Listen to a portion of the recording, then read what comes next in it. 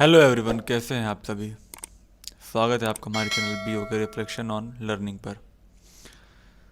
उम्मीद करता हूँ मैं आप सभी इस महामारी के समय में सभी घर में होंगे और सुरक्षित होंगे, क्योंकि ये धीरे धीरे करके बढ़ता ही जा रहा है, रुकने का नाम ही नहीं ले रहा है। तो खैर, आप लोग घर में रहिए, सुरक्षित रहिए और ऑनलाइन स्टडी करते रहिए। कहीं से भी करिए मगर करिए, क्योंकि आगे का सिलेबस वगैरह छूट जाता है तो फिर दिक्कत होती है बाद में, है ना। तो आइए आज की इस वीडियो में हम बात करेंगे द वर्ब्स के बारे में। तो हम कल ही बात कर चुके हैं। हम उससे कुछ टाइप्स के बारे में कल से बात कर रहे थे। तो पहला टाइप कल की वीडियो मैंने बता दिया था और आज की वीडियो में हम उसी के अगले टाइप्स के बारे में बात करेंगे। तो आइए देखते हैं, ठीक है। देखिए, कल हमने ट्रांजिटिव वर्ब की बात की थी। सकर्मक क्रिया क्या होती है, मैं उसका लिंक डिस्क्रिप्शन में दे दूंगा ताकि आप उस वीडियो को देख लें, ताकि आपको ये वीडियो समझ में आए, ठीक है। तो आज हम जानेंगे इंट्रांजिटिव वर्ब क्या होती है। वर्ब का दूसरा टाइप इंट्रांजिटिव वर्ब, अकर्मक क्रिया इसको हिंदी में कहते हैं। देखिए, इसकी एक डेफिनेशन लिखी है। Verbs whose work is limited of the subject of their subject are called intransitive verb and they do not need the object.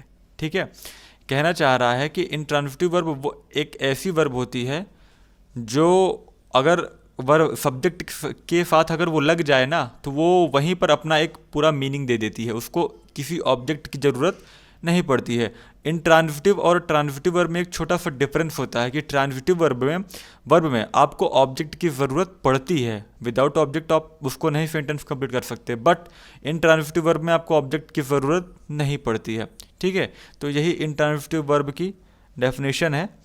और ठीक है, तो देखिए हम एग्जांपल देखते हैं। शिवानी लाव्स, देखिए यहाँ पे वर्ब लगी हुई है ना। वर्ब लगी है मगर इसका कोई ऑब्जेक्ट नहीं है। अगर मैं इससे, जैसा कि मैंने बताया था कि क्या किसी किसको का प्रश्न करने से हमें ऑब्जेक्ट फाइंड आउट होता है, तो आप इस वर्ब से प्रश्न कर सकते हो कि क्या हंसती है, किसे हंसती है, किसको हंसती है।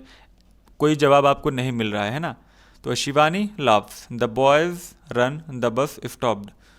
जब आप स्कूल की बस से आते हो तो बस रुकती है ना, तो वही द बस स्टॉप्ड, है ना।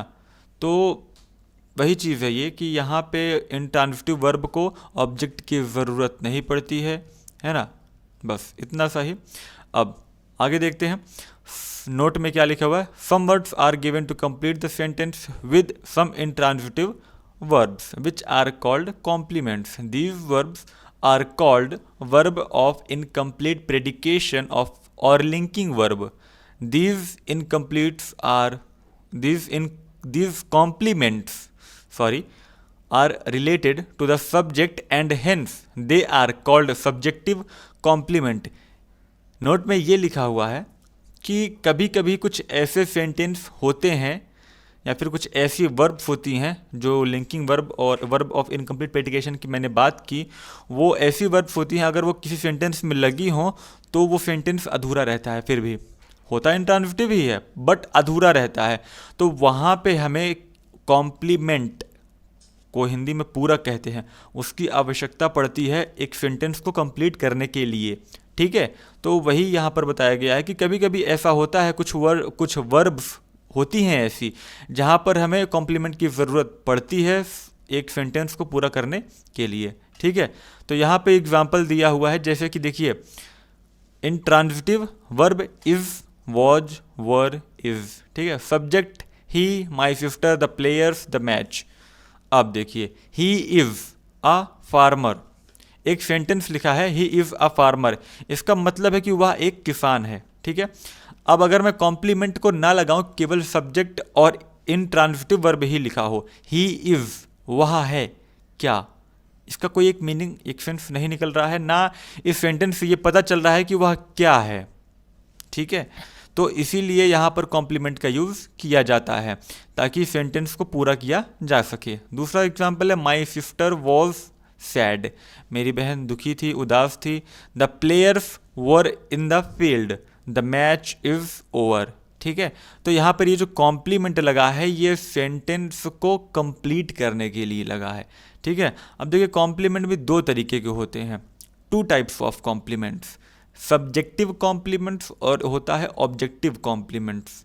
ठीक है, सब्जेक्टिव कॉम्प्लीमेंट क्या होता है? The complements that are related to the subject are called subjective complements. Simple सी बात है कि अगर कोई एक ऐसा कॉम्प्लीमेंट जिसका सीधा प्रभाव सब्जेक्ट आपके विषय पर पड़ रहा हो, या फिर वो कॉम्प्लीमेंट विषय के बारे में दर्शा रहा हो, वो सब्जेक्टिव कॉम्प्लीमेंट होता है। बट वहीं पर अगर कोई कॉम्प्लीमेंट है जो ऑब्जेक्ट से रिलेट कर रहा है, ऑब्जेक्ट से संबंध रख रहा है, तो उसे हम ऑब्जेक्टिव कॉम्प्लीमेंट कहते हैं। ठीक है, आपको मैं फिर से एक वही एग्जाम्पल के पास लेकर चलता हूँ। देखिए, ही इज़ अ फार्मर, ये तो आपकी वर्ब हो गई, पर फार्मर कौन है? ही है ना, ही इज़। तो ये जो कॉम्प्लीमेंट किसके लिए लगा है? ही के लिए लगा है। इसका मतलब क्या है कि ये कौन सा कॉम्प्लीमेंट हो गया? Subjective complement. My sister was sad. Sad जो कॉम्प्लीमेंट, जो पूरक, जिस कॉम्प्लीमेंट का हमने यूज़ किया, किसके लिए किया? यहाँ पर कोई ऑब्जेक्ट तो है नहीं, है ना, तो हमने इस कॉम्प्लीमेंट को यहाँ माई सिस्टर के लिए यूज़ किया, इसीलिए ये सब्जेक्टिव कॉम्प्लीमेंट है। उम्मीद करता हूँ आपको समझ में आ गया होगा। ठीक है, अब आइए देखते हैं अपने तीसरी वर्ब के बारे में, लिंकिंग वर्ब, संयोजक क्रिया। लिंकिंग वर्ब क्या होती है? ठीक है, the verbs be, is, am, are, was, were in a sentence are unable to give their full sense. A complete is a complement is needed to explain their meaning. These complements can be noun, adjective, adverb और past participle। देखिए, linking verb ये कहना चाहती है कि verbs जो B की form में जो वर्ब्स होती हैं, इज, एम, आर, वॉज, वर, वो जब भी किसी सेंटेंस के साथ लगती हैं तो वो अपना एक फुल सेंस नहीं देती हैं, उनका एक फुल मीनिंग नहीं निकलता है। ठीक है, तो वहाँ पे क्या होता है, हम कॉम्प्लीमेंट को लगाते हैं किस लिए? उनके मीनिंग को एक्सप्लेन करने के लिए, उनकी मीनिंग को समझाने के लिए। अब ये जो कॉम्प्लीमेंट होते हैं, ये नाउन भी हो सकते हैं, एडजेक्टिव भी हो सकते हैं, एडवर्ब भी हो सकते हैं और पास्ट पार्टिसिपल भी हो सकते हैं। इन सभी के बारे में हम अपनी आने वाले वीडियोस में जानेंगे कि नाउन, एडजेक्टिव, एडवर्ब और या फिर पास्ट पार्टिसिपल क्या होता है। तो आइए देखते हैं example. He is a YouTuber, वह क्या है? एक यूट्यूबर है। तो यूट्यूबर तो आपका कॉम्प्लीमेंट हो गया, ये आपका जो है क्या कह रहा है, ये सेंटेंस को पूरा कर रहा है, ये कॉम्प्लीमेंट हो गया। इज़ क्या है? Linking verb. ठीक है, इन दोनों को जोड़ रही है, ही को और ए यूट्यूबर को जोड़ रही है। He is a YouTuber. She was tired, ठीक है, या फिर हंग्री। They are there. सानू become a lawyer. He seems to be an honest boy. You look great. कभी कभी हम कॉम्प्लीमेंट देते नहीं है कि अगर किसी दोस्त से मिले और वो कभी थोड़ा सा मतलब अच्छा दिख रहा है तो यू लुक ग्रेट मैन, तो ऐसा हम बोलते हैं, तो वो एक कॉम्प्लीमेंट होता है सेंटेंस को कंप्लीट करने के लिए, ताकि अगले बंदे को समझ में आ पाए कि मैं क्या बोलना चाहता हूँ। ठीक है, इसीलिए हम कॉम्प्लीमेंट का यूज़ करते हैं। देखिए, हमने बताया था शुरू में कि वर्ब्स जो होती हैं 5 तरीके की होती हैं। हमने ट्रांजिटिव वर्ब पढ़ी, इन ट्रांजिटिव वर्ब के बारे में जाना, लिंकिंग वर्ब के बारे में जाना, चौथी जो है एक्सिलरी वर्ब, सहायक क्रिया। ठीक है, तो इसमें मैंने एक छोटा सा सेंटेंस लिख रखा है कि we will read about this in next video. कारण ये है कि इनके बारे में जो हमारी आने वाली वीडियोज़ हैं उसमें मैं इन डेप्थ आपको समझाऊंगा, उसमें अच्छे से बताऊंगा। यहाँ पर अगर मैं बताऊंगा तो यहाँ पे एक प्रॉब्लम हो जाती कि वो पूरा एक अलग चैप्टर ही है। ठीक है, तो इसीलिए मैंने उसको अगले वीडियो में लाने का निर्णय लिया। ठीक है, 5वीं वर्ब क्या है? फ्रेजल वर्ब्स, संयुक्त क्रिया। ठीक है, तो लिखा हुआ है in English the practice of making phrasal verbs giving different kinds of meaning is followed by applying preposition और एडवर्ब्स आफ्टर सम वर्ब्स। ठीक है, तो इंग्लिश में कभी कभी क्या होता है कि हम सेंटेंस को बनाने के लिए फ्रेजल वर्ब का इस्तेमाल करते हैं। ठीक है, और वो हमें अलग अलग तरह के मतलब भाव, अर्थ सेंटेंस के अकॉर्डिंग हमें देते हैं, उन्हें हम प्रीपोजिशन या फिर एडवर्ब कहते हैं। ठीक है, तो मैं आपको दिखा देता हूँ एग्जांपल और प्रीपोजिशन और एडवर्ब भी। देखिए, आस्क फॉर, यहाँ पे आस्क क्या है? वर्ब, प्लस फॉर क्या है? प्रीपोजिशन है आपका। तो ask for is equal to demand. इसका मतलब क्या है कि मांगना। अब एग्जांपल देखिएगा, the workers asked for high wages. तो ये जो द वर्कर्स आस्क्ड है, है ना। तो इन्होंने asked for higher wages, he gave up smoking, give up abandon मतलब त्याग देना, ही गेव अप स्मोकिंग। तो ये जो बीच में लगे हुए हैं ना, गेव अप, आस्क्ड फॉर, ये क्या है, फ्रेजल वर्ब्स हैं। तो इनके बारे में भी इन डेप्थ हम अपनी आने वाली वीडियो में समझेंगे, जानेंगे और अच्छे से और बेहतर तरीके से, ठीक है।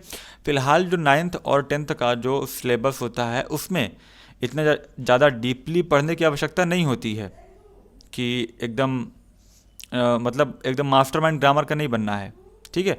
तो इतना ही पढ़ना है जितनी की ज़रूरत है। ज़रूरत से ज़्यादा पढ़ने में एक दिक्कत आती है, क्या कि हम फिर उसी में घुसे हुए चले जाते हैं। हमारे पास और भी सब्जेक्ट्स हैं, उनमें भी हमें ध्यान देना है, ठीक है। तो फ्रेजल वर्ब्स और एक्सिलरी वर्ब के बारे में हम अपनी आने वाली वीडियोस में पढ़ेंगे। इनका एक पूरा अलग एक चैप्टर है, और एक्सिलरी वर्ब तो आने ही वाला है उसका वीडियो। और फ्रेजल वर्ब इसमें मैंने जो आपको समझाया ऐसे ही होता है, तो हम अपने आने वाली वीडियो में समझेंगे, ठीक है। Thanks for watching.